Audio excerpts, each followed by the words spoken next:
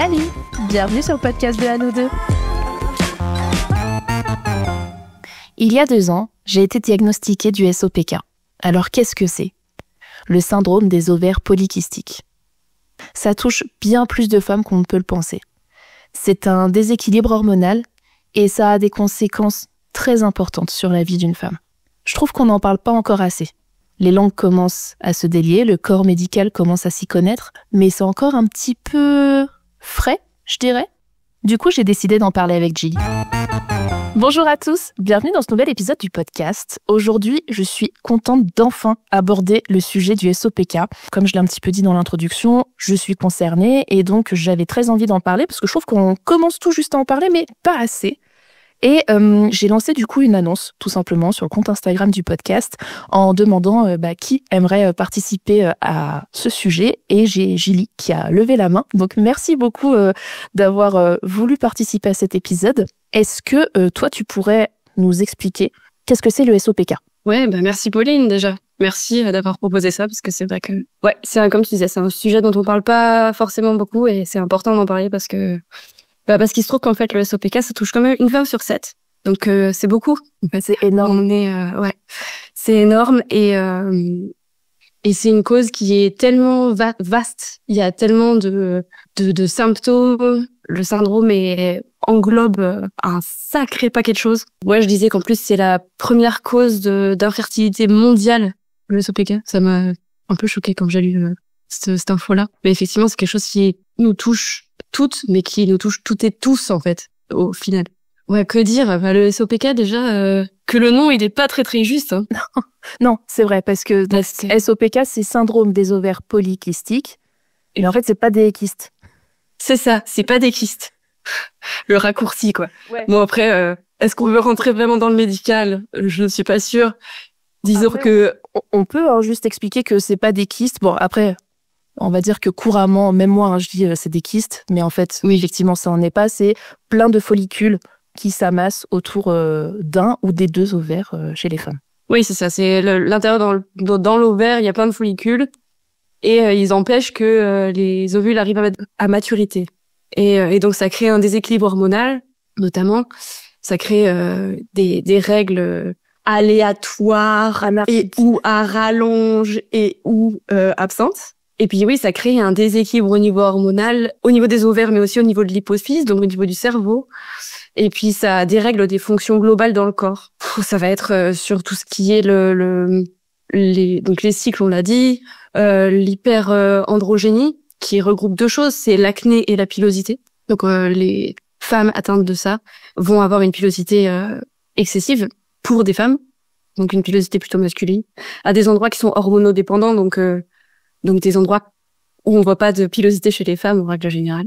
Je voulais juste rajouter que une plus gros dérèglement hormonal qu'il y a du coup chez la femme, c'est qu'il y a un excès de testostérone, donc une hormone qui est typiquement masculine, d'où aussi ce truc de surpilosité que certaines femmes peuvent avoir. Exactement. D'où l'hyperpilosité et d'où l'acné aussi, ouais.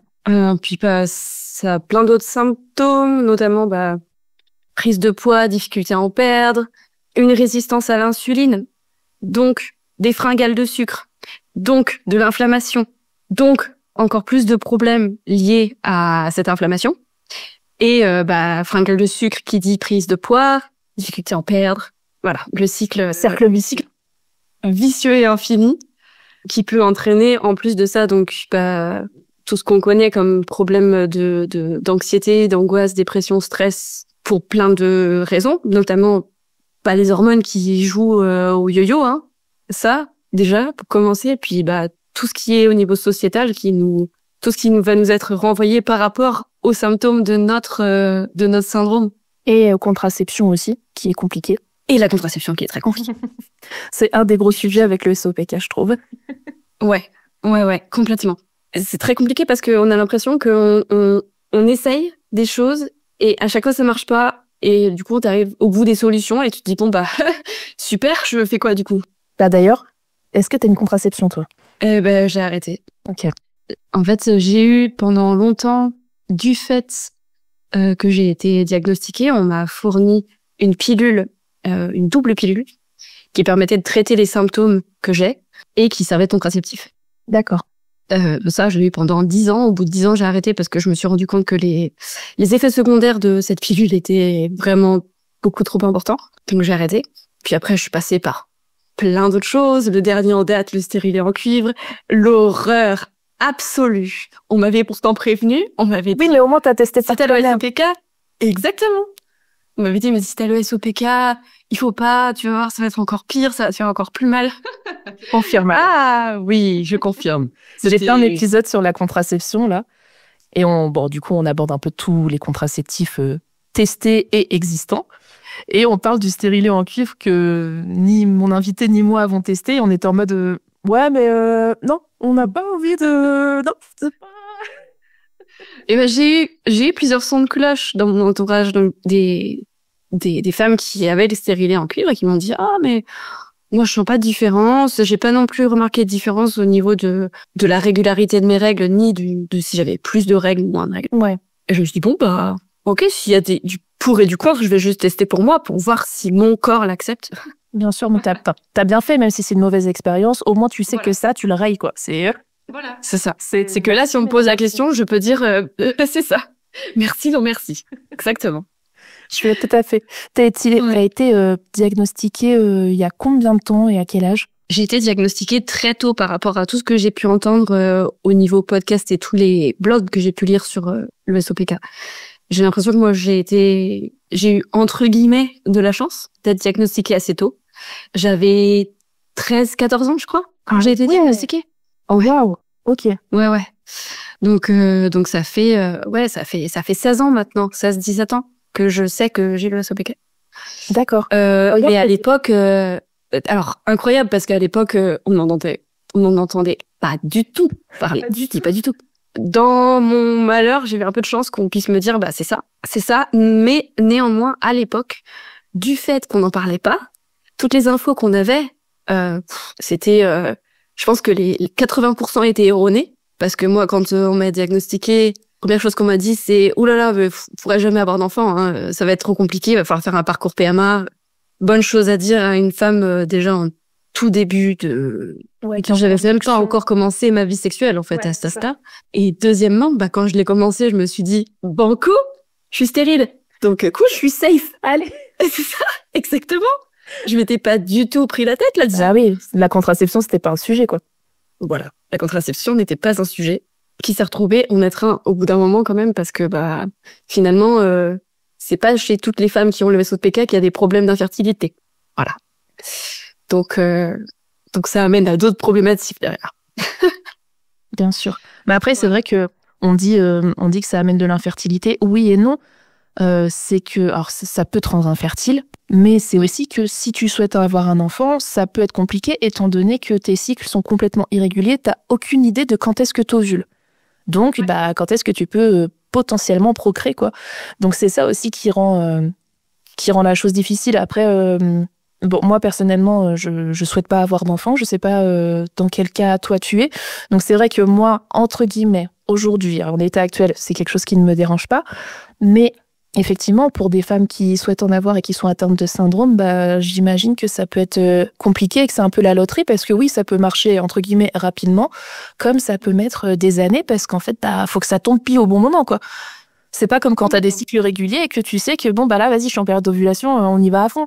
Non, tu peux pas savoir en fait. Complètement. Puis du fait des multifollicules, même si on tombe enceinte, sachant que les ovules n'arrivent pas nécessairement à maturité, ils sont pas viables. Ça amène aussi au fait qu'ils soient pas viables et donc qu'on ait plus de difficultés, qu'il y ait des fausses couches à répétition et ça aussi c'est pas drôle. Le seul truc que j'ai lu qui peut être un peu positif là-dessus, c'est que les femmes atteintes du SOPK sont plus réceptives au traitement pour la PMA. Ah, d'accord, je savais pas du tout ça. Ouais, j'ai lu ça hier et j'étais en potassant un petit peu avant l'épisode. Je me suis dit, je vais relire un petit peu et effectivement, dans les nouvelles études, ils montrent que du fait de notre spectre hormonal, on est plus réceptive au traitement. Donc pour les femmes qui sont enceintes et qui auraient un peu peur, c'est un peu positif quand même. Ouais, carrément. Et comment est-ce que t'en es venue à te faire diagnostiquer si tôt ? T'avais des débuts de règles chaotiques? Alors, les débuts de règles étaient un peu chaotiques, mais c'est pas ça qui a été problématique au tout début. D'accord. Ma grosse problématique, ça a été qu'à partir de mes, je pense, 13, 14 ans, j'ai commencé à avoir une pilosité vraiment dense. Au départ, ce qui m'a pas sur le haut du corps, c'était plutôt le bas du corps. C'était surtout à partir du nombril et les jambes, quoi. Sauf que je voyais que ça correspondait pas du tout à la pilosité de mes copines de l'époque. Bien sûr. En plus, c'est un âge où là, je compare énormément. Exactement. Puis c'est le tout début de, moi mes parents habitent en bord de mer. Donc, c'est le tout début de, on sort avec les copains, copines, tous c'est tout en maillot de bain. Ouais. Et puis tout le monde se voit, moitié nu, finalement. Bien sûr. Et puis, moi, j'allais pas à la mer. Mes copines me proposaient d'aller à la plage, je voulais pas y aller. Jusqu'au jour où mes parents ont commencé à vraiment être énervés et à m'engueuler, en fait, du fait que j'aille pas avec mes copines à la plage. Et donc là, ce jour-là, après des mois de « Mais pourquoi t'y vas pas? Ah, tu devrais y aller. Et machin, t'a invité, il faut y aller. » Et un jour, j'en ai eu marre et je suis venue dans le salon, j'ai baissé mon pantalon devant mes parents. Je me suis retrouvée en culotte et je leur ai dit « Voilà pourquoi j'y vais pas. » Je leur ai montré mes jambes. Et pour moi, c'était dur, en fait, parce que je savais qu'ils avaient pas vu et qu'ils savaient pas. Et la réaction de ma maman, surtout, c'était c'est terrible. Et je lui en veux pas du tout à ma maman. Ah, oui. Parler. Elle a réagi comme elle a pu sur le moment. Exactement. On a parlé, il y a même encore pas si longtemps, on en a reparlé ensemble. Donc, plus de 15 ans après.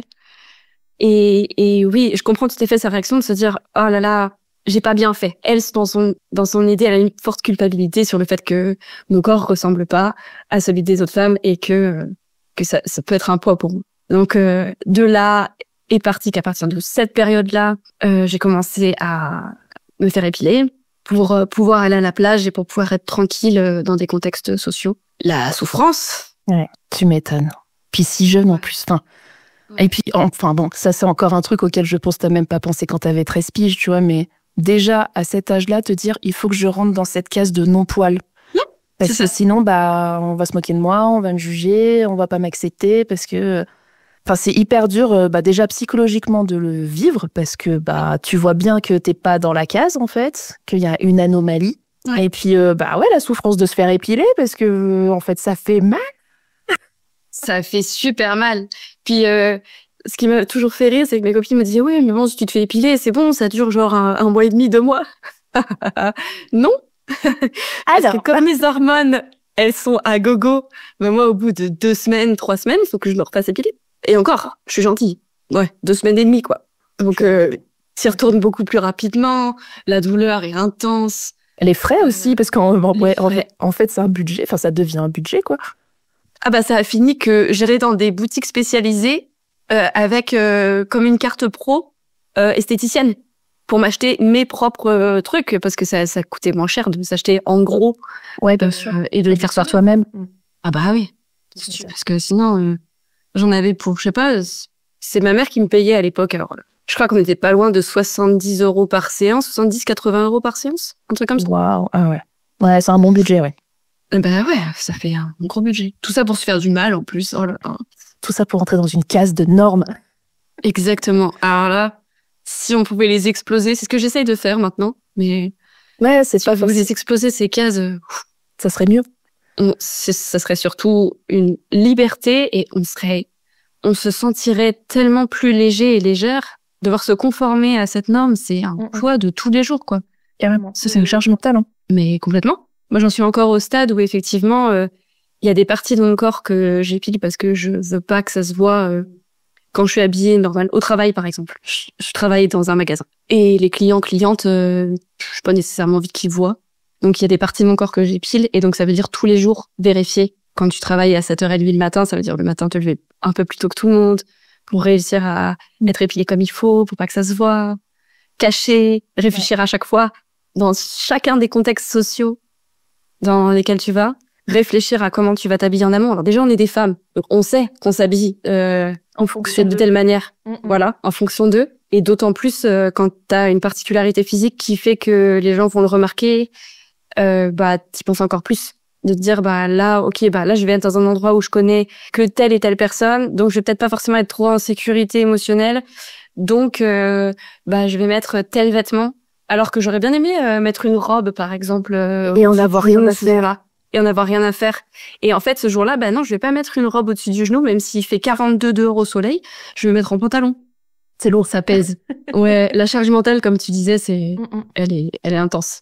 La pilosité, ça a été le déclencheur. Exactement, ça a été le déclencheur qui a fait que je suis allée voir mon médecin traitant au départ, qui elle m'a orientée vers une endocrino. Donc endocrinologue qui s'occupe des hormones. Tout à fait. Est-ce que tu peux raconter le parcours d'examen que tu as pu faire pour ce diagnostic? À l'époque, c'était alors ils ont comment il s'appelle, un test, c'est pas vraiment un test. Il y a une liste de critères. Ça, il y a 3 critères pour être validé SOPK, il faut en valider 2 sur 3. Les 3 critères, c'est une hyperandrogénie clinique. Donc déjà, c'est ça que regarde en premier le médecin qui t'ausculte, quoi. Donc est-ce que c'est une hyperandrogénie clinique, donc qui est observable à l'œil nu, ou biologique, c'est-à-dire visible au bilan sanguin? Pour moi, c'était les 2. Visuellement, ça se voit. On a fait un bilan biologique, donc prise de sang. La prise de sang, c'est une prise de sang, puis une injection hormonale, puis une deuxième prise de sang pour voir comment on réagit, comment le corps réagit. Et ça permet au niveau biologique d'avoir un bilan sanguin complet et de savoir où on en est dans le spectre hormonal. Le deuxième critère, c'est une ovulation rare ou absente, avec des cycles irréguliers ou pas de cycles. Pour moi, j'avais des cycles irréguliers à l'époque, donc j'avais déjà les 2.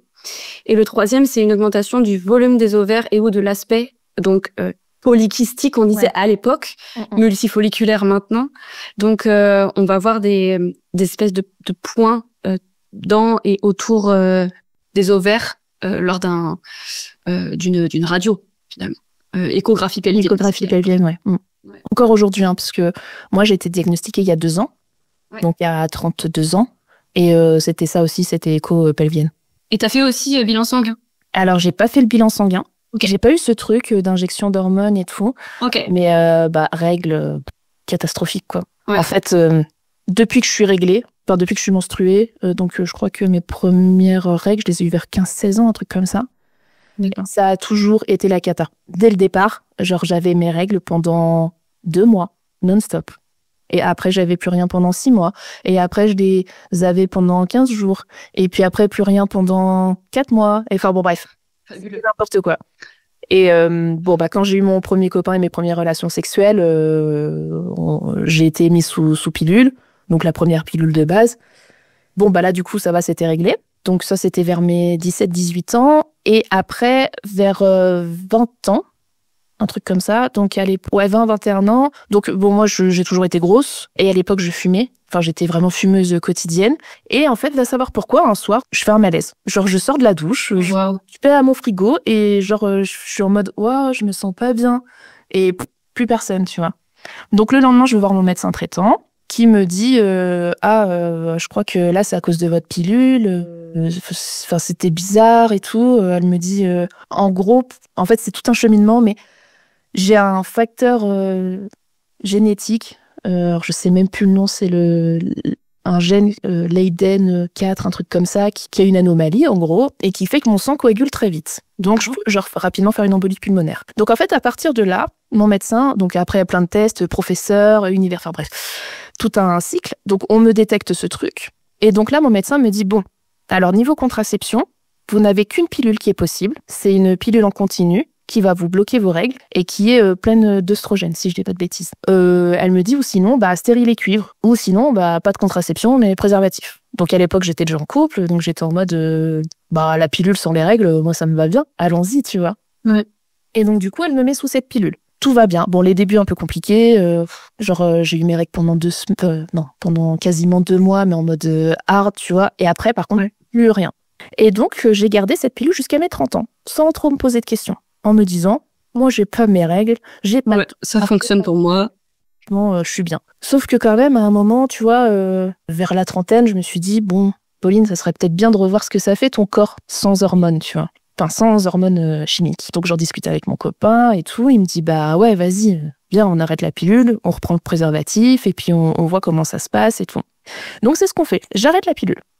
Et ça se passe très bien.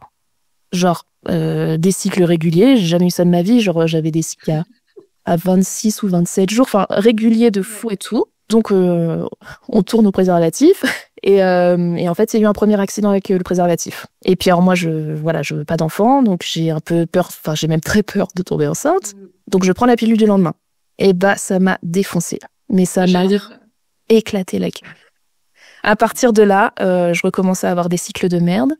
Grosse douleur, vraiment j'avais hyper mal. Alors que j'avais jamais eu des règles extrêmement douloureuses, ça me faisait un peu mal, mais pas ne pas me lever, quoi. Enfin là, je me levais même pas de mon lit. Et du coup, peur aussi de tomber enceinte et de devoir reprendre une pilule du lendemain et tout, donc perte de libido, laisse tomber. Parce que bah c'est en faisant l'amour qu'on fait des bébés, donc il y a un peu de cause à effet, quoi. Mais du coup, j'avais plus envie. Enfin bon, bref, ça devenait compliqué en fait. Donc je retourne voir ma sage-femme, on en discute et tout, je lui dis ça, elle me dit oui mais quand même c'est bizarre votre histoire de règles là, ça va plus, elle me dit ok la pilule du lendemain vous a fait du mal mais là ça fait presque 8 mois qu'elle a été prise donc c'est pas normal quoi. Et donc je lui parle avant de commencer la pilule. Et donc là elle comprend que tiens c'est bizarre et puis j'ai du mal à perdre du poids, problème de pilosité pas trop, mais effectivement souvent aussi des sautes d'humeur. Parfois, j'ai mon moral, il est en mode wouhou, et puis parfois, j'ai envie de mourir. Mais premier degré, j'ai vraiment des envies de mourir, quoi. Et elle me dit, bon, ça commence à faire beaucoup de choses. Elle me dit, bon, déjà, on va régler le problème de là tout de suite. Si ça vous va, on retourne à la pilule. Parce que stériler, je ne veux pas. On retourne à la pilule, est-ce que ça vous va? Je dis, allons-y, mais effectivement, il faut trouver le problème de base, quoi. Et donc, elle me fait une échographie pelvienne. Donc là, elle me dit, bon, bah, bonne nouvelle, il n'y a pas de polychinelle dans le tiroir. Mais, par contre, vos ovaires, c'est des grappes de raisin, quoi. Alors, il y en a un où, effectivement, il y avait que quelques follicules. Mais alors, l'autre, c'était impressionnant, quoi. Elle m'a dit, bah, voilà, tout s'explique, en fait. En fait, je pense que depuis le départ, vous avez le syndrome des ovaires polykystiques, mais que ça a été complètement atténué par les pilules que vous prenez depuis toujours. Et que, en fait, quand vous l'avez arrêté, apparemment, ça allait, mais la pilule du lendemain, ça vous a reflingué x10, quoi. Enfin, elle, voilà, c'est sa supposition. Donc voilà, donc c'est à ce moment-là aussi que je connaissais déjà un petit peu les SOPK, mais bon, bah là, j'étais concernée, donc forcément, on en parle un petit peu plus. Mais effectivement, quand elle me l'a dit, bon, bah, tous les symptômes qu'elle me disait, j'étais en mode, bon, bah, ça, je comprends mieux. Bon, bah, ça, ok, je comprends. Ça, d'accord, maintenant, je comprends. Tu vois. Donc, du coup, bah, je suis retournée avec mes pilules où j'ai pas mes règles. Juste, bah, j'ai mis les problèmes sous le tapis. Pour le moment, en attendant de savoir qu'est-ce que j'ai envie de faire. Parce que c'est vrai que ça me pose un gros souci de contraception, quoi. Sauf le jour où je me décide à ligaturer les trompes, ou à faire une opération comme ça, mais pour le moment, je suis pas encore prête à le faire. Donc pour le moment, bah, je suis en mode, c'est ma solution la plus sereine que de mettre tous mes symptômes sous le tapis et d'endormir le problème. C'est pas ouf, hein. Mais c'est mon choix. Pas ouf, mais c'est compréhensible, en fait. C'est ma tranquillité, en fait, pour le moment. C'est ça. Faut faire des choix et savoir où tu rognes, en fait. Sur quoi tu rognes. Exactement. Moi, quand j'ai fait ce que je prenais au départ comme pilule, qui était très bien, hein, pareil, j'avais plus de règles. Enfin, très bien. J'avais plus de règles, mais je n'avais plus non plus d'émotions. Donc, au bout d'un moment, d'être toujours neutre, c'est pas ouf non plus. La libido, elle était partie dans les chaussettes lorsque j'avais la vingtaine, quoi.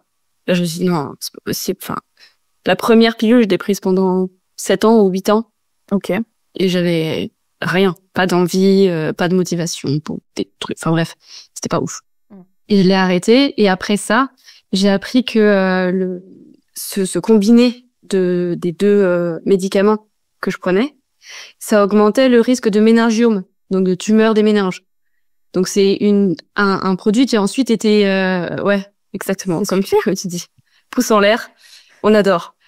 Donc c'était le fameux combo qui donnait aussi aux personnes qui ont de l'acné kystique. Donc ça je l'ai arrêté parce qu'on m'a dit en fait c'est peut-être un peu fort quand même. Bah, ce qui était très bien c'est que ça me réduisait la pilosité, hein, ça pour sûr. Mais par contre chez les femmes, ça, en plus c'est chez les femmes que ça augmente le risque de méningiome, bien sûr.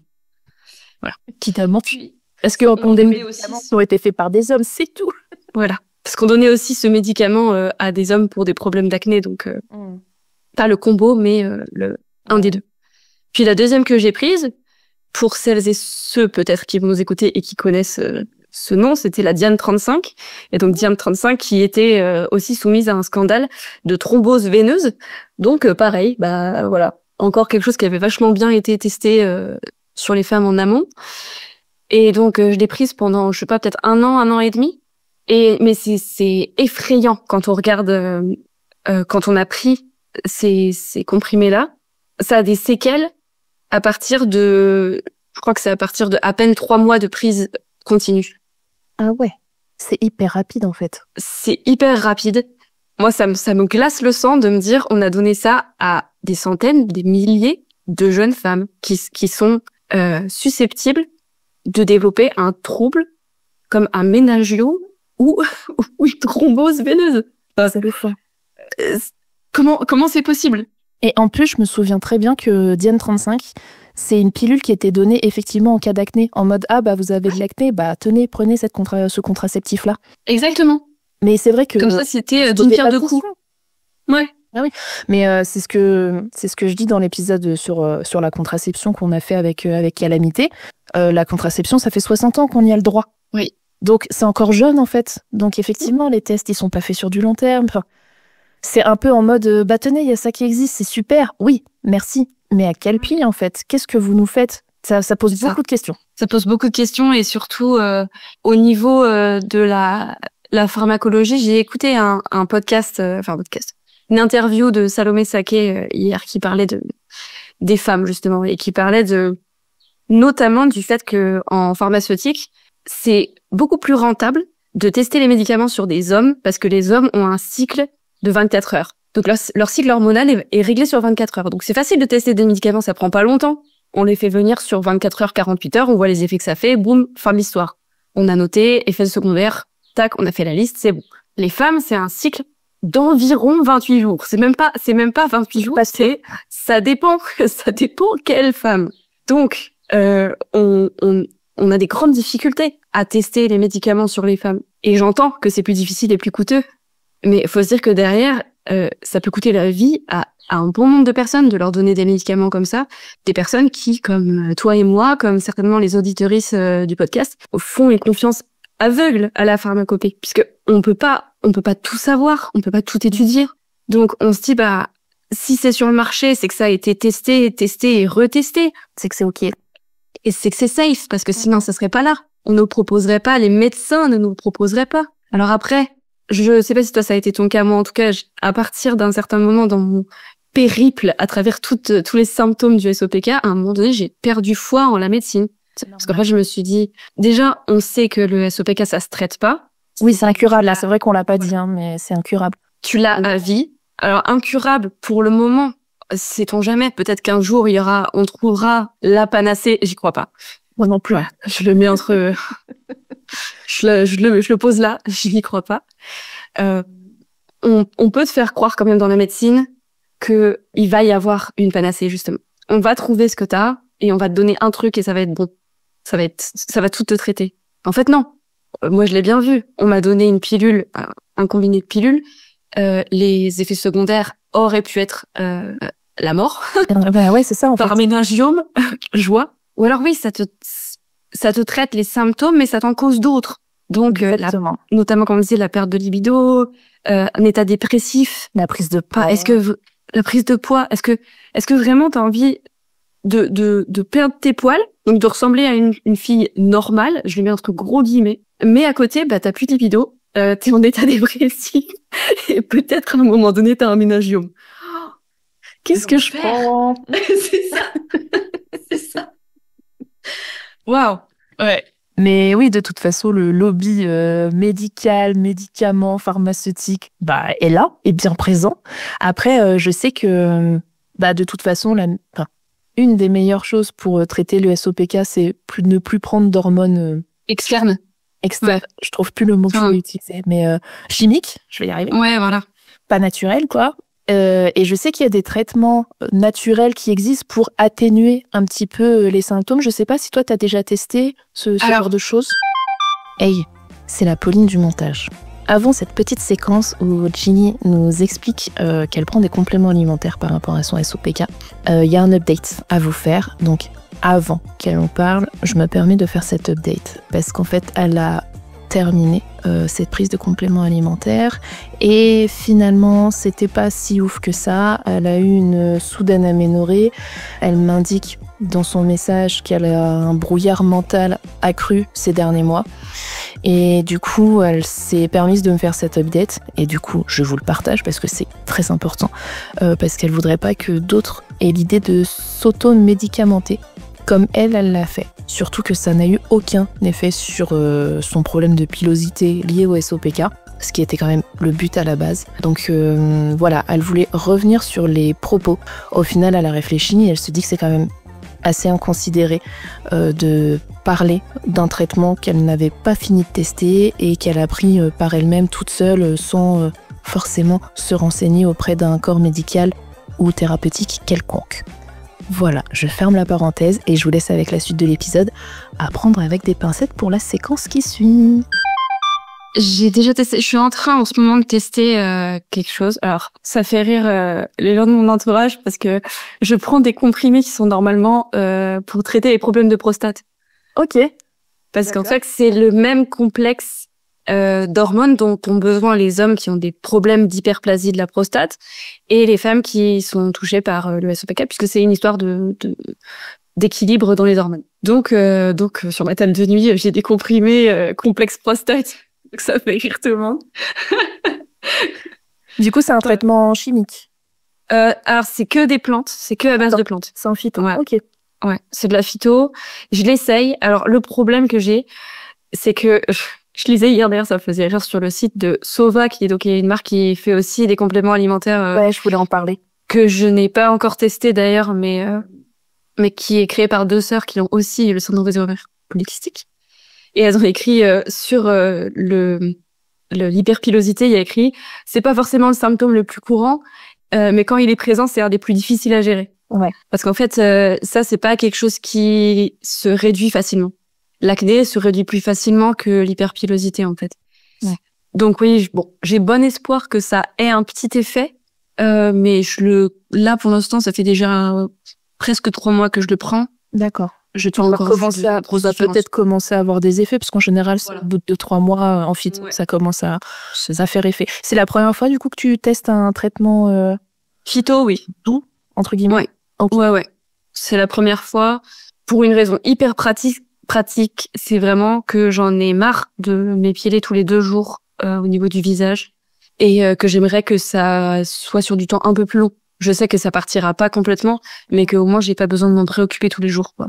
Ouais. Si déjà ça peut passer à une fois toutes les semaines ou tous les 10 jours, ça serait déjà bien, quoi. Voilà, c'est ça. Ouais, je comprends. Ok. Et je suis contente que tu aies parlé de Sova parce que moi, c'est ma référence déjà de documentation sur le SOPK. Ils ont un compte Insta que je trouve super, un site internet qui est très riche en informations aussi. Et donc, ça s'appelle Sova, S-O-V-A. Et je crois que sur Instagram, c'est Sova, S-O-P-K, il me semble. Et en fait, grâce à elle, donc effectivement à ces 2 nanas, ces 2 sœurs, j'ai appris plein de trucs sur les SOPK et ça a fait du bien d'avoir ce genre d'informations et de te dire qu'il y avait aussi que ce genre de symptômes en fait venaient de ce syndrome, qu'il y en a d'autres qui existent même si je les ai pas. Et effectivement, elles ont créé, alors je sais pas si c'est elles directement ou si elles le commercialisent, mais elles ont créé un traitement phyto doux quoi, qui aide à diminuer les symptômes du SOPK. Mais bon pour que ça puisse fonctionner, il faut pas prendre d'hormones chimiques. Donc je sais que le jour où j'arrête la pilule, je sais que j'essayerai parce que vraiment ça m'attire très fort. Mais pour le moment ça serait pisser dans un violon que de le faire, donc ça sert à rien. Mais non, ce que je sais, c'est qu'elles ont travaillé avec des professionnels de santé pour développer leur gamme de compléments. C'est pas venu d'elles directement. Ouais, directement, ok. Mais par contre, le travail qu'elles font d'information est génial. Ne serait-ce que même, effectivement, comme tu disais, savoir quels symptômes sont liés au SOPK, il y a ça. Il y a aussi le fait qu'il y a des symptômes qui sont liés au SOPK, mais qui peuvent aussi être révélateurs d'une autre maladie. Tout à fait, ouais. Et des femmes qui vont se dire j'ai le SOPK alors qu'en fait pas du tout, elles ont peut-être complètement autre chose. Donc ne pas partir tête baissée, se dire j'ai ce truc là vraiment, même si on n'a pas trop confiance en la médecine, ce qu'elle peut au moins faire la médecine à minima, c'est de révéler les choses qui sont présentes dans notre corps, c'est nous montrer et de nous dire bah oui, ça serait plus ça et pas ça finalement que vous avez. Même s'ils vont pas traiter les causes ni les symptômes nécessairement, ça sera avec votre accord. Est-ce que vous avez vraiment envie de prendre des médicaments pour traiter ça? C'est un choix personnel après, un choix personnel qui bien sûr peut être motivé par on sait pas ce qui peut se passer dans la vie. Complètement. Voilà. Complètement. Il y a plein de raisons qui font qu'on va accepter ou non de prendre un traitement. Donc là après c'est le choix de chacune quoi. Mais oui, leur site à elle est génial pour ça. Ouais. Pour le fait qu'il donne une tonne d'informations qui permet de voir qu'en fait on n'est pas du tout seul. Il y a des ça aussi qui fait du bien. Et d'ailleurs, il y a pas mal de commentaires positifs aussi. Bon, après, je sais pas si c'est marketing ou pas, hein, c'est toujours compliqué de savoir, mais il y a l'air d'avoir pas mal de retours positifs sur leur traitement. Comme quoi, ça a apaisé quand même pas mal de choses, des règles plus régulières. Oui. Bon, après, voilà. Comme on disait, hein, c'est un peu comme le stérilet, hein, faut tester pour voir si ça fonctionne sur son corps, parce que chaque corps est différent, donc on ne peut pas savoir à l'avance. Mais après, bien garder en tête que tout ce qui est phyto, ça prend du temps. C'est sûr que ça va pas se faire en un claquement de doigts, qu'il faut faire ça sur du long terme, être rigoureux aussi là-dedans. J'avais fait un épisode sur la phytothérapie, justement, oui, avec une amie qui a fait ses études là-dedans. Et voilà, c'est sûr que en phyto, tu vas pas traiter le problème tout de suite comme ça maintenant, c'est sur du long terme pour que ton corps l'assimile et que ça apaise en fait les choses, quoi. C'est pas comme quand tu prends un Doliprane et que le mot est parti. Faut quand même bien garder ça en tête. Complètement. Parce que les médicaments, c'est les mêmes molécules qu'en phytothérapie, mais en ultra concentré. C'est ça. Donc forcément, le corps va le prendre directement et réussir directement avec cette concentration énorme de la molécule qu'il faut à apaiser le symptôme. Mais quand on va le prendre sous forme d'une plante qui, elle, en contient, mais c'est pas sa molécule principale, forcément, ça met beaucoup plus de temps à ce que le corps, il y réagisse, quoi. Aujourd'hui, comment est-ce que le SOPK impacte ta vie? Bon, il y a la pilosité, qui chez toi, j'ai l'impression, est vraiment le truc principal avec les règles déréglées. C'est ça. Pour moi, ça a été le truc principal. Jusqu'à très récemment, où j'ai découvert aussi que j'accumule... Avant, j'avais pas cette fatigue. J'étais tout le temps à faire des choses. Justement, on me disait « Ah, mais t'es toujours là, tu fais ci, tu fais ça ». J'ai vécu à l'étranger, je faisais énormément de sport, beaucoup d'escalade. Il y avait des journées où je passais ma journée dehors à faire de l'escalade. Le soir, je rentrais, j'allais à la salle d'escalade parce que j'étais pas assez fatiguée. La meuf ne s'arrête plus de grimper. C'est ça. Elle veut devenir lézard, ok? Laissez là. J'étais monofocus, quoi. C'est vraiment... il n'y avait plus rien d'autre qui comptait. Non, mais pour dire que l'énergie était là. L'énergie physique et mentale était là. Parce que c'est aussi... l'escalade, c'est des situations de stress où il y a énormément de mental qui est mis en branle et mis à contribution, tout autant que les muscles que le corps, quoi. Et j'y arrivais. Et là, il y a des fois, mais rien que se lever le matin, c'est un effort surhumain. Mais c'est vrai, on n'en a pas parlé de la travailler.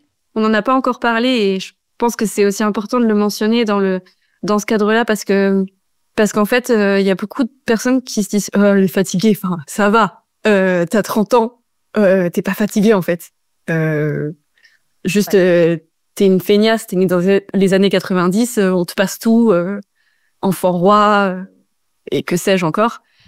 Et en fait, je pense qu'il y a beaucoup de gens qui se rendent pas compte que c'est pas pour faire du chigan ni pour se faire plaindre. C'est vraiment le taux de fatigue, des fois, il est atteint hyper vite. Rien que se lever, de se faire un café déjà, le café va même pas compenser l'effort qu'on a mis à le faire. Mais je trouve ça très bien que t'en parles. Et puis aussi, il y a beaucoup de personnes qui ne comprennent pas que parce que ce n'est pas visible, enfin, c'est pas parce que c'est invisible que ça n'existe pas. C'est ça. Et le fameux, c'est dans ta tête. C'est ça. Oh, mais c'est bon, bouge-toi, c'est en bougeant que tu vas être moins fatigué. Ouais. Alors, il y a des jours avec, hein, il y a des jours, t'as une énergie de dingue et c'est trop bien. Et effectivement, il y a des jours où, ouais, comme tu dis, se lever le matin, c'est déjà dur. Alors que tu viens de dormir, enfin, je sais pas toi, ton expérience, mais moi, parfois, je tape des nuits de 8 heures, je dors super bien, hein. Ouais. Et je me réveille et je me dis, je suis encore bien fatiguée, qu'est-ce qui se passe, tu vois? Et il y a des jours, des semaines même parfois, où c'est comme ça. Ouais. Où il y a des semaines où je suis crevée. Alors, je vais bosser, hein, je vais faire ce que j'ai à faire et tout, mais Mais quand je rentre chez moi le soir, je me mets dans mon lit et c'est finito pipo. Enfin, Et du coup, la fatigue engendre plein de trucs. Hein. Je suis vachement plus irritable, je suis moins patiente, je suis en mode waouh, foutez-moi la paix. Je rentre chez moi, je vais dans mon lit, mon mec il me dit bah qu'est-ce que tu fais? Je fais non mais là je suis fatiguée quoi. Enfin, tu sais, tu te sens usée. Ouais, puis t'es usée déjà physiquement, mentalement, et en plus de ça, au niveau social, tu finis par être mis ou mise à part, quoi. Parce que tu te dis, bah ouais, en fait, ce soir, j'avais prévu de sortir, mais en fait, tu vas dire à tes potes, bah non, mais je suis désolée, mais je peux pas. Puis, des fois, t'as des gens à qui tu peux dire exactement ce qui se passe, mais il y a des gens à qui tu peux pas dire ce qui se passe.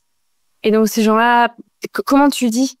Comment tu l'exprimes? Bah non, mais désolée, mais là, en fait, j'ai plus assez d'énergie. Là, c'est dur, hein.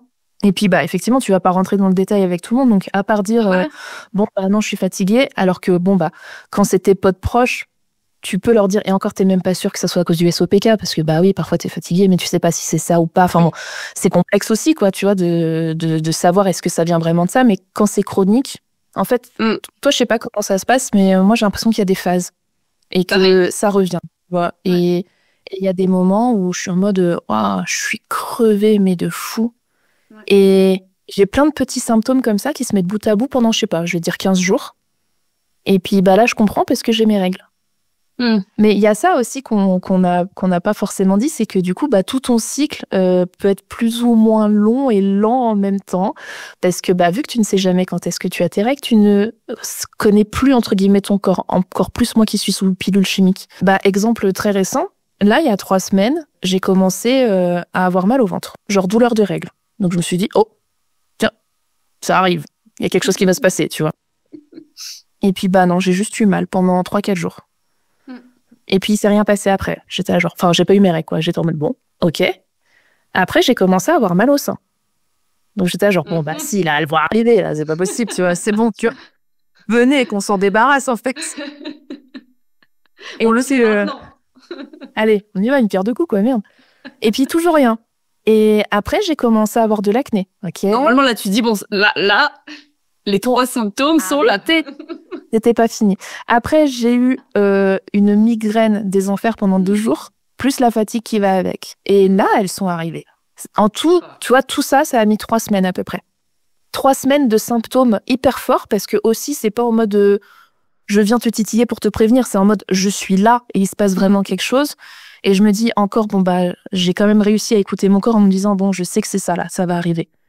Mais tu vois, genre en 3 semaines, j'ai eu plein de symptômes très forts qui ont été très forts sur le moment et en même temps tous sur du long terme.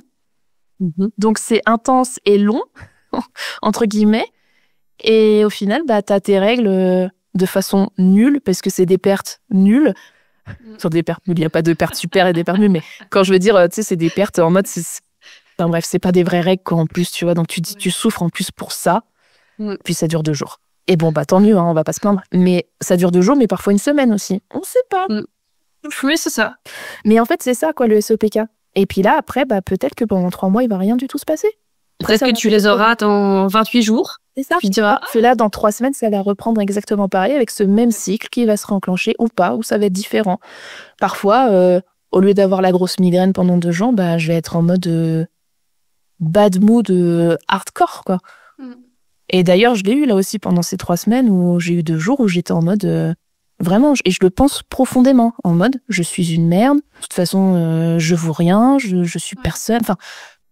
Et t'as les gens autour de toi qui disent waouh, mais qu'est-ce que t'as, enfin genre waouh. Et même là, tu sais que c'est tes hormones, tu sais que c'est ça au fond de toi, tu le sais, mais t'arrives même pas à te le dire. Ouais. Et en fait, c'est ça le SOPK, quoi. Enfin, merci. Ouais. C'est top, c'est génial. Ouais, complètement. Tu finis par avoir des pensées vraiment très noires, tu te hais, tu hais ton corps pour ce qu'il te fait, alors que, tu sais, t'as envie de l'aimer, ton corps, et de te dire, vas-y, on s'entraide et de toute façon, on vit ensemble, tu vois. Donc, mais il y a des fois où on gère tout d'une manière différente. Tu vois, moi, quand c'est comme ça, je fais du sport encore plus violent que d'habitude, en mode punition, tu vois, en me disant, il va comprendre. Tu vas dans la douleur. À l'ancienne. Tu vas pas bien, attends. Attends, je te repars une petite. Attends, je vais remettre une de l'autre côté, là. C'est ça. Comme ça, tu vas marcher droit derrière. Non, mais c'est terrible. C'est terrible, parce que des fois, je me dis, il y a plein de personnes pour qui c'est pas simple. Bien sûr, il y a plein d'autres syndromes et d'autres maladies. Hein.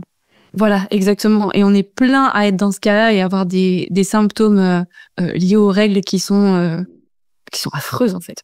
Juste affreuses. En plus de ça, on peut combiner avoir le SOPK et l'endométriose. C'est ce que j'allais dire. C'est ton cas?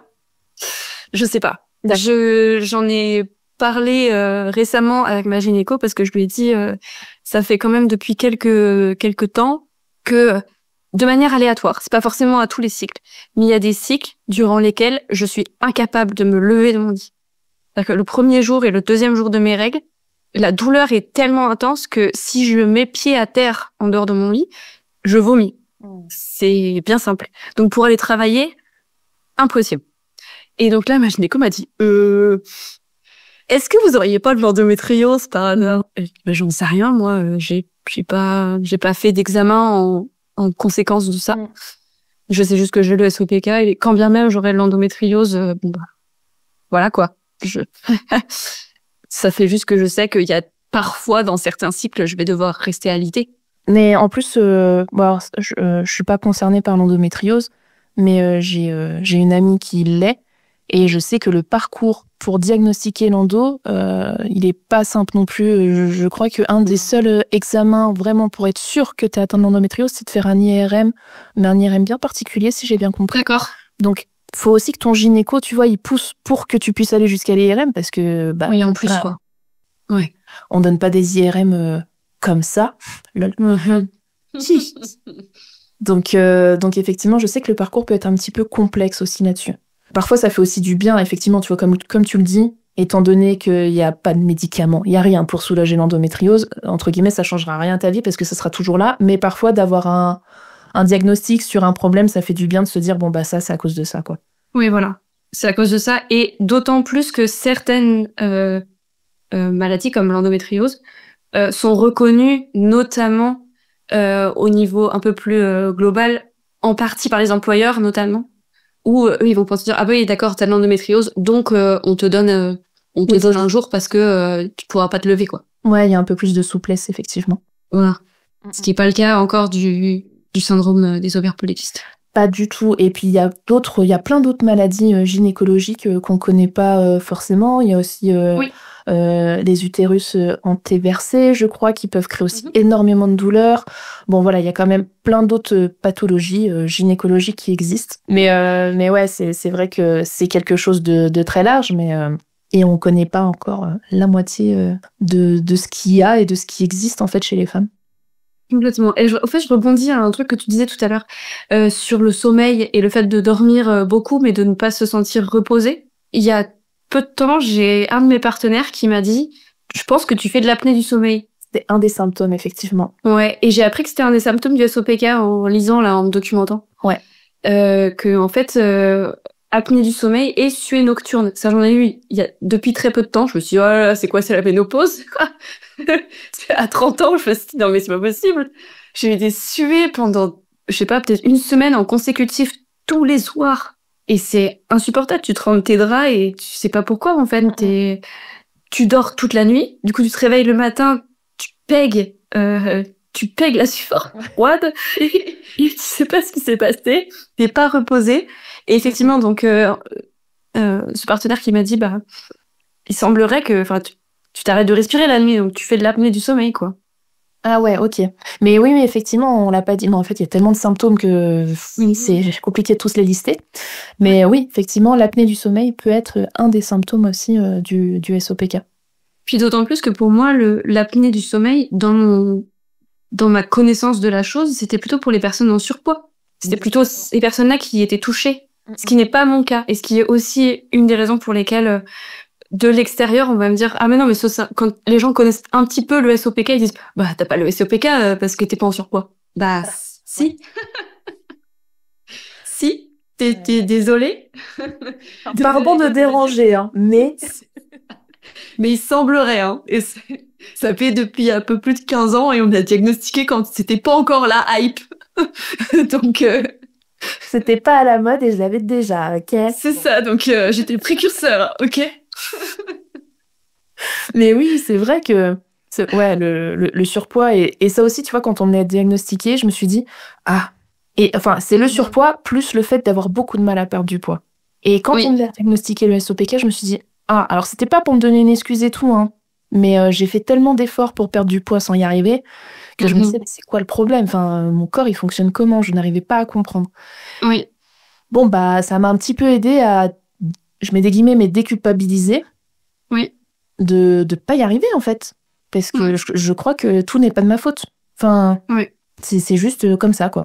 Oui. Et il y a beaucoup de pics, tu vois, j'ai vachement de prise de poids et puis après je repère un petit peu et puis hop je reprends parce que comme tu le disais aussi, bah envie de sucre et moi je suis vraiment une bouche à sucre mais de fou et depuis toujours.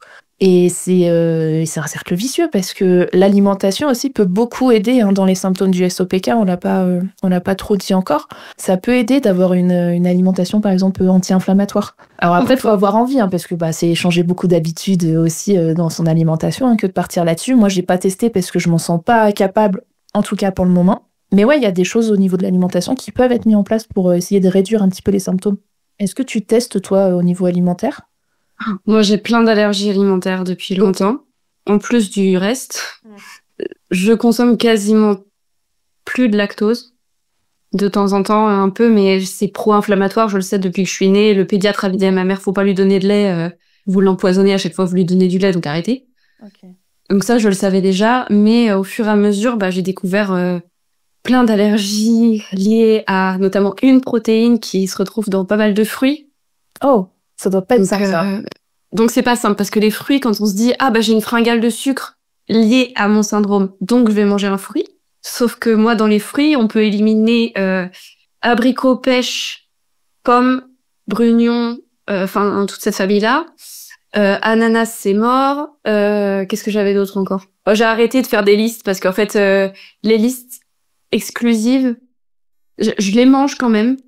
Mais je sais que j'ai des symptômes pas drôles. Alors, je vais gonfler, ça va me gratter les mains, ça va me gratter la bouche, ça va me gratter jusque dans la trachée. Ouais. Bon, j'en mange quand même parce que c'est bon. Mais ça te fait du mal d'en manger quand même. Ça fait du mal d'en manger. Après, je sens plus rien, par exemple. Si je mange une pomme en entier, après, j'ai plus du tout la capacité de sentir les choses. Waouh, ok. Donc, bon.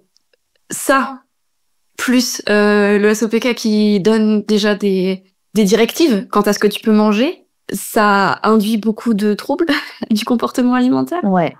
Je sais pas si toi, ça a été ton cas aussi dans ton parcours, mais... Alors moi, je fais beaucoup d'hyperphagie. Ouais, ok. Mais oui, effectivement, voilà, hyperphagie. Est-ce que c'est lié à mon SOPK ou pas? Je ne sais pas. Alors, j'ai tendance à penser que oui, parce que il y a des phases avec des pics plus que d'autres. Et effectivement, je suis très sucre. Je sais pas. Bon, je pense que ça sera compliqué de savoir si c'est lié ou pas. Mais oui, depuis l'adolescence, il y a beaucoup de crises où je suis en mode très gâteau, quoi. Mais tu vois, quand j'ai besoin de ce pic de ce moment sucré, je vais pas penser aux fruits. Hein. Je t'avoue que je suis plus en mode chocolat, gâteau, tout ça. Enfin, et puis je m'arrête pas, quoi. C'est complètement la raison pour laquelle je ne vais quasiment plus dans les magasins. J'ai la chance de travailler dans un magasin bio, donc déjà il y a de la tentation, mais c'est pas la même chose. Et à la maison, je sais que mes parents ont un placard avec des gâteaux dedans. J'ai la chance que leur gâteau préféré ce soit genre des figolus et des lus thé, donc ceux qui sont pas ni beurrés ni trop sucrés quoi. Donc j'ai la chance que ce soit ça. C'est bien. Mais mais j'en achète pas parce que je dis que sinon sinon je le mangerais en entier le paquet sans m'arrêter quoi. Bah je compte même pas le nombre de tablettes de chocolat que je défonce en une fois quoi, parce que j'arrive pas à m'arrêter. Je peux pas. Enfin si je pourrais mais j'y arrive pas quoi. Oui. Mon cerveau est en mode non, encore, ouais. Vas-y. Ouais. Ça fait trop du bien, quoi. Et ça m'a un peu fait peur, parce que on nous a toujours dit, moi, mon père et moi, on mangeait beaucoup de sucre. Mon père a arrêté aussi. on a toujours dit, les deux, le père et la fille, vous êtes des gueules à sucre. Alors ça me faisait rire quand j'étais jeune, mais là maintenant que je sais à quoi c'est dû et ce que ça peut causer aussi derrière, parce que on est quand même vachement plus sujette aux problèmes de diabète quand on a l'OSOPK. Pareil, ouais. Donc moi ça m'a fait un peu peur ça de me dire attends mais en fait tout le sucre que je consomme, d'une c'est parce que peut-être j'en ai vraiment besoin mais que j'arrive pas, mon corps il l'assimile pas bien, mais peut-être qu'en définitive ça va me causer un diabète de type 2. Ouais, c'est lourd. Alors là tu sais plus quoi manger en fait. Moi je suis arrivée dans une période il y a peu de temps où j'avais reperdu pas mal de poids. Alors je suis déjà pas hyper épaisse hein, faut le dire. Et là j'allais repasser sous la barre des 50 kilos. Pour 1m60, ça commençait à être un petit peu trop peu. Et tu te sentais bien dans ton corps quand même ou non, pas je me sentais trop alors je me sentais trop grosse. Et mentalement j'avais l'impression que je mangeais trop et trop mal surtout. Mais tout le temps, ça depuis très longtemps. Toutes mes fluctuations de poids quand j'étais plus jeune, j'étais un peu plus ronde. J'étais pas en surpoids, mais j'étais un peu plus ronde. Et j'ai toujours eu ce truc-là, de gens qui me disaient, t'as des bonnes joues. Et puis, mais t'es trop maigre. T'as des bonnes joues. Mais t'es trop maigre. Arrêtez de donner votre avis sur le physique des gens. Exactement. Arrêtez parce qu'en fait, là, tout ce que vous créez, c'est des complexes et des troubles. Je sais que ça m'a créé des troubles du comportement alimentaire. Je sais que c'est la raison pour laquelle, quand je mange du sucre, derrière, je vais taper 1 heure de sport. Parce que j'ai mangé 3 chocobons. Et je me dis, t'as pas le droit, en fait. T'as pas le droit que ton corps, il prenne ça sans que tu lui enlèves derrière. Et donc ça, je sais que c'est un trouble. Et que quand je me vois dans la glace, je me vois pas du tout comme les gens me voient. Je le sais. C'est la dysmorphie, non? Je sais plus comment ça s'appelle, ça. Dysmorphie ou dysmorphophobie, je sais jamais. Morphologie, un truc comme ça. Désolé, on dit peut-être de la merde, mais oui, je crois que c'est ça, c'est que toi, tu te vois d'une manière qui, en fait, n'est pas la réalité, quoi. C'est comme, ça arrive souvent, par exemple, à des personnes qui ont connu de l'anorexie, qui ont repris du poids, mais quand elles se voient toujours avec leur corps d'avant, je mets des guillemets. Oui. Ou des personnes à l'inverse qui étaient grosses, qui ont perdu du poids, qui sont revenues dans une normalité, qui se voient toujours grosses. Oui. Je crois que c'est ça. Je regardais, c'était dysmorphophobie ou dysmorphobie ou trouble dysmorphique. Trouble mental caractérisé par une idée obsessive d'une partie de son corps ou de son corps entier. Mais ouais, de toute façon, cette pathologie touche tellement de choses. Enfin, c'est ce qu'on disait, en fait. Il y a tellement de symptômes que forcément, ça touche énormément de points, que ce soit physiques, mentaux. Forcément, ça crée d'autres... Enfin, c'est un effet domino, ça va forcément créer d'autres problèmes ailleurs, psychologiques et physiques aussi. Hein. Complètement. Mais c'est pour ça que je trouve qu'il est sous-coté, ce problème de SOPK.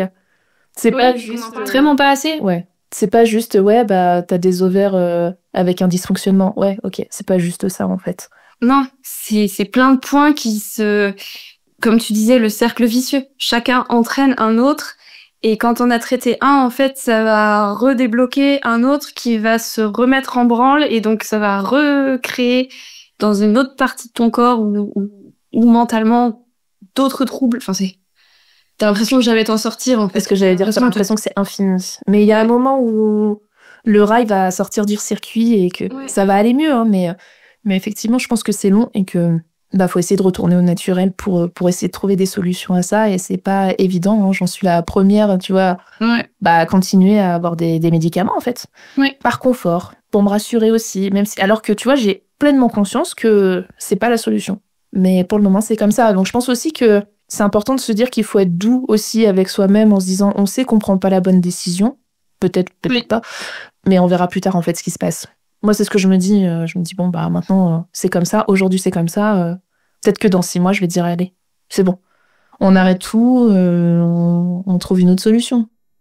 Peut-être que la solution, ça serait la contraception masculine. Je dis ça, je dis rien. On va se poser celle-là. C'est... Quand on essaie d'en parler, des fois, c'est un peu... un peu compliqué. Ça compliqué. Ça lève les sourcils. Ça lève les sourcils et ça fait... Ouais. C'est même pas ouais, c'est vraiment le... On mange quoi ce soir? Est-ce que t'avais des choses à ajouter sur le sujet, Philippe?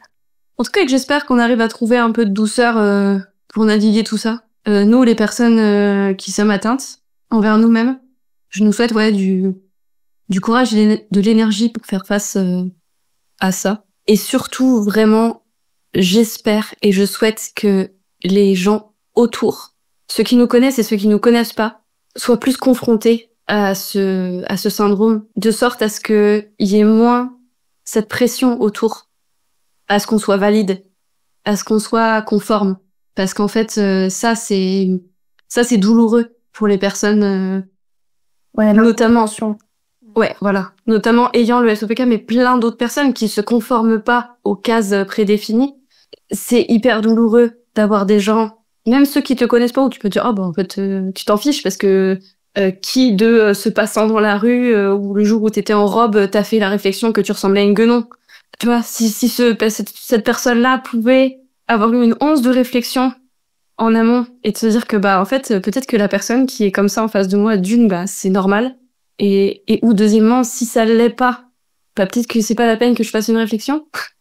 Des gens qui te connaissent et qui vont essayer de te dire ouais, mais tu devrais maigrir, ça va traiter ton SOPK, j'ai entendu dire que si tu maigrissais, ça serait mieux, par exemple.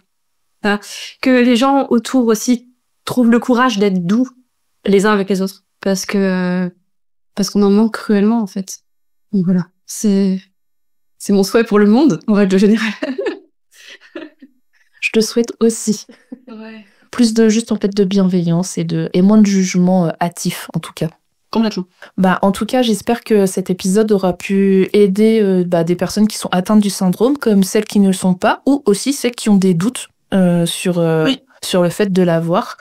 Je pense que c'est quand même important de se faire diagnostiquer. Après, avoir les solutions qu'on vous propose, écoutez-vous.